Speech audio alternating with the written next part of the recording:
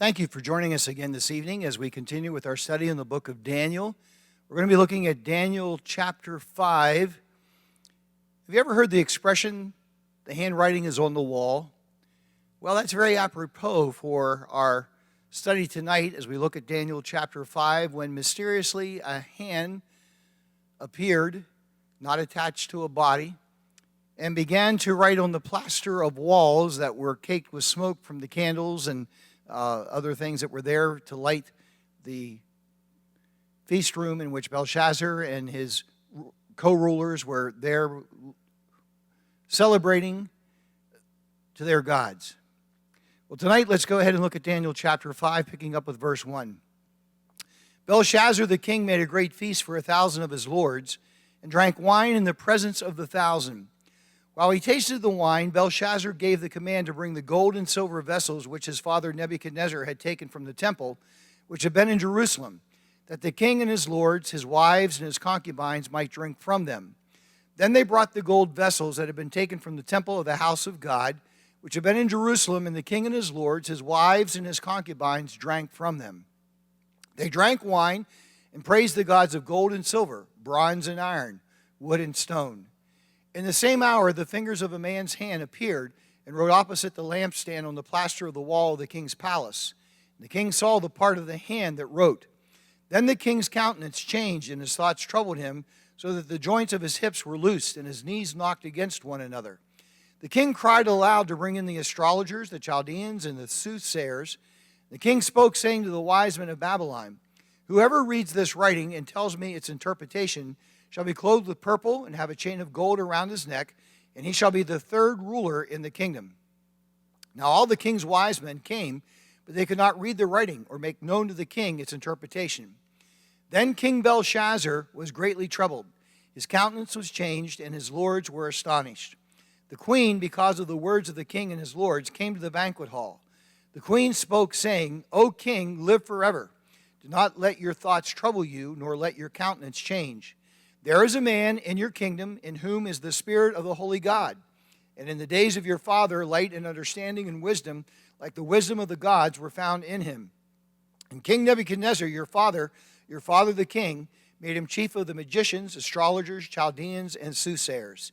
Inasmuch as an excellent spirit, knowledge, understanding, interpreting dreams, solving riddles, and explaining enigmas were found in this Daniel, whom the king named Belshazzar. Now let Daniel be called, and he will give the interpretation." Then Daniel was brought in before the king. The king spoke and said to Daniel, "Are you that Daniel who is one of the captives from Judah, whom my father the king brought from Judah? I have heard of you, that the Spirit of God is in you, and that light and understanding and excellent wisdom are found in you. Now the wise men, the astrologers, have been brought in before me, that they should read this writing and make known to me its interpretation, but they could not give the interpretation of the thing. And I have heard of you, that you can give interpretations and explain enigmas. Now if you can read the writing and make known to me its interpretation, you shall be clothed with purple, and have a chain of gold around your neck, and shall be the third ruler in the kingdom." Then Daniel answered and said before the king, "Let your gifts be for yourself, and give your rewards to another, yet I will read the writing to the king and make known to him the interpretation. O king, the Most High God gave Nebuchadnezzar your father a kingdom and majesty, glory and honor. And because of the majesty that he gave him, all people, nations, and languages trembled and feared before him. Whomever he wished, he executed. Whomever he wished, he kept alive. Whomever he wished, he set up, and whomever he wished, he put down. But when his heart was lifted up, and his spirit was hardened in pride, he was disposed from the kingly throne, and they took his glory from him. Then he was driven from the sons of men. His heart was made like the beast, and his dwelling with the wild donkeys.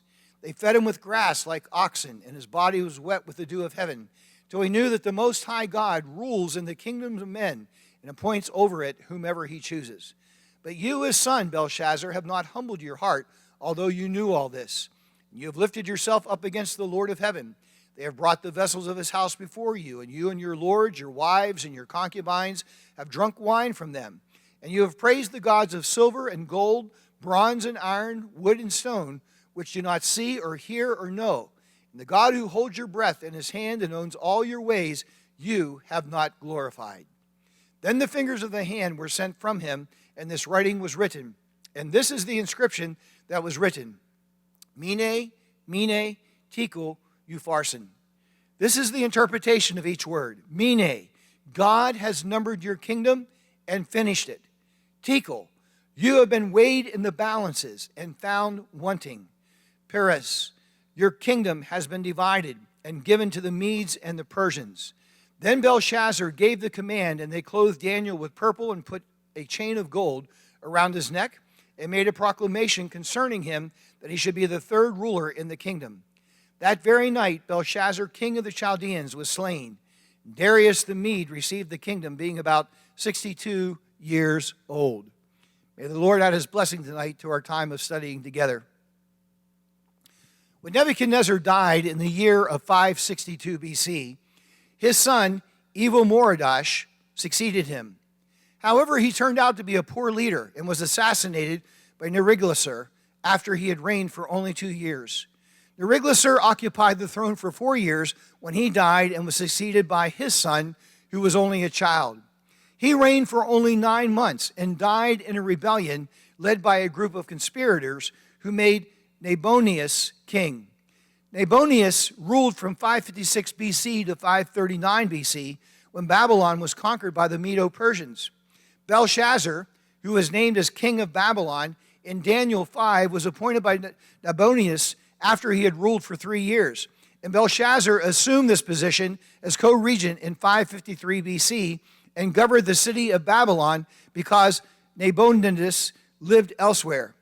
Belshazzar was the son of Nabonidus and the grandson of Nebuchadnezzar. There is no word in the Babylonian language for grandfather, so therefore in Scripture it refers to him as being the son of Nebuchadnezzar, but actually he was the grandson of Nebuchadnezzar.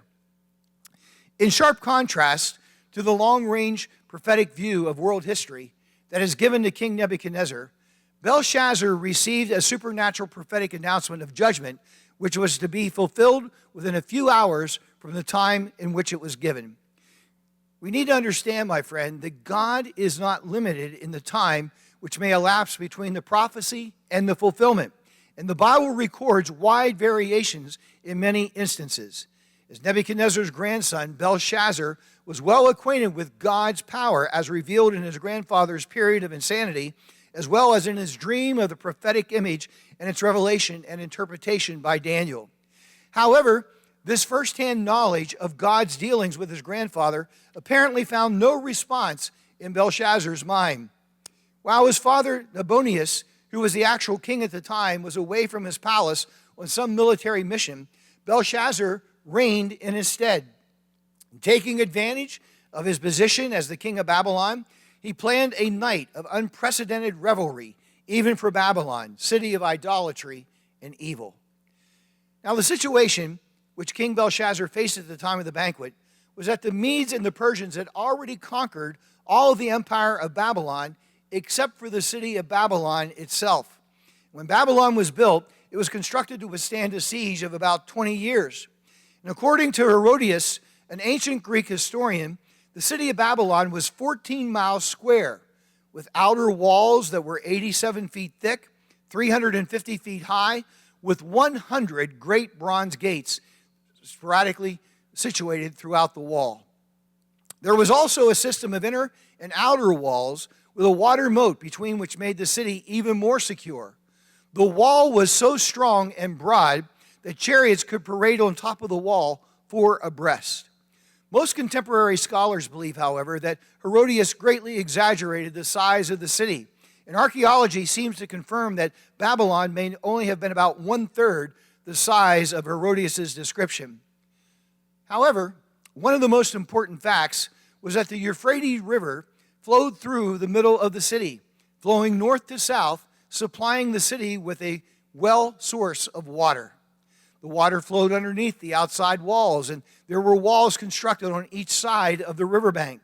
Even with the reduced dimensions, Babylon was the greatest city of the ancient world, with many tall buildings, some as tall as the Temple of Bel, which stood 8 stories high. The king's palace, which has been excavated, corresponds to what Scripture records. The river was crossed both by a bridge and by a tunnel. And in recent years, efforts have been made to restore some of the buildings, including the king's palace, for the sake of tourist trade. Because more than 10,000 clay tablets have been found and inscriptions reciting various aspects of Babylon's history, a great deal is known not only about the city, but also the history of the Babylonian Empire. Because of Babylon's great construction and wall system, Belshazzar and his fellow rulers in Babylon felt safe, even though the city itself had been surrounded for some time by the Medes and the Persians. However, there was a cause for alarm. Nabonidus had been captured, and the fact that the city was surrounded did not speak well for the future of the city itself. The banquet was designed to reassure the leaders and the people of Babylon of the superiority of their god Bel and the certainty of their victory over their enemies. We discover here in the opening verses of chapter 5 that 1,000 Babylonian nobles had been assembled to this great feast that had been thrown by Belshazzar. It was a typical profane orgy with the drinking of wine until many of them became drunk, along with their wives and their concubines. Because of his desire to attribute his future victory to their god Bel, Belshazzar gave orders to bring the gold and the silver goblets, taken from the temple that was there in Jerusalem, and use them to drink from in a toast to their god. Wine defiled the holy vessels as it was being offered to these false god Bel, and it had been used previously only in the service of the one true God. It was a blatant act of blasphemy against Jehovah God. This was probably the first time that they had been used by anyone other than the priest there at the temple in Jerusalem. Here in verse 4, it tells us that as they drank, they praised the gods of gold and silver, bronze and iron, and wood and stone. In the smoke-filled banquet room, lit only by torches and resounding with the noise of the banquet, something happened that immediately stilled conversation and the revelry that was taking place. Daniel states in verse 5, "Suddenly the fingers of a human hand appeared and wrote on the plaster of the wall near the lampstand in the royal palace." You can imagine the fear. You can imagine the amazement, the questions that ran through people's mind as they beheld this sight, because it was a hand that was not attached to a wrist or to an arm or to a body, but just hand and fingers that suddenly were writing on the smoke that had accumulated on the plaster walls. The king watched in amazement as the hand wrote.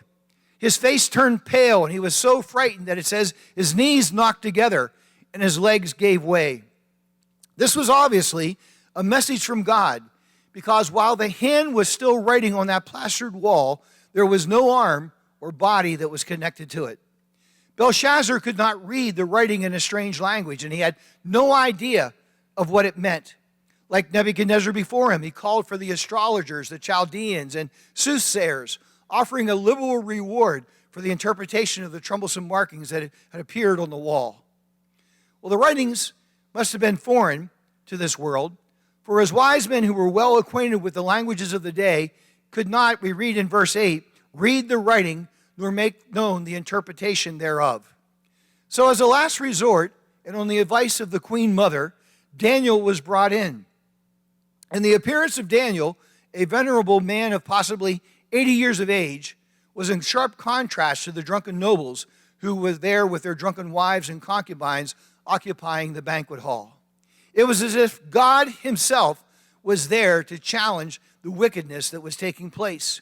The king began with the usual elaborate oriental flattery and offers of a generous reward for the favor that he was about to make. He did not plan to die before another day dawned, but Daniel knew that the king's doom was sealed and answered bluntly. Here in verse 17 we read, "Let your gifts be to yourself and give your rewards to another, yet I will read the writing and make known the interpretation." Daniel knew that it would not be an honor to be the third ruler of a kingdom that would die that night along with its rulers. He knew that the clothing of scarlet and a chain of gold about his neck would not guarantee him a political position in the kingdom of the Medes. He was a man with a message from God. And what the Babylonian wise men could not reveal from their vast study of worldly knowledge, Daniel knew by divine revelation, given to him by none other than God himself. He began by reminding Belshazzar of God's dealings with Nebuchadnezzar. Follow along with me, picking up with verse 18 down through verse 22.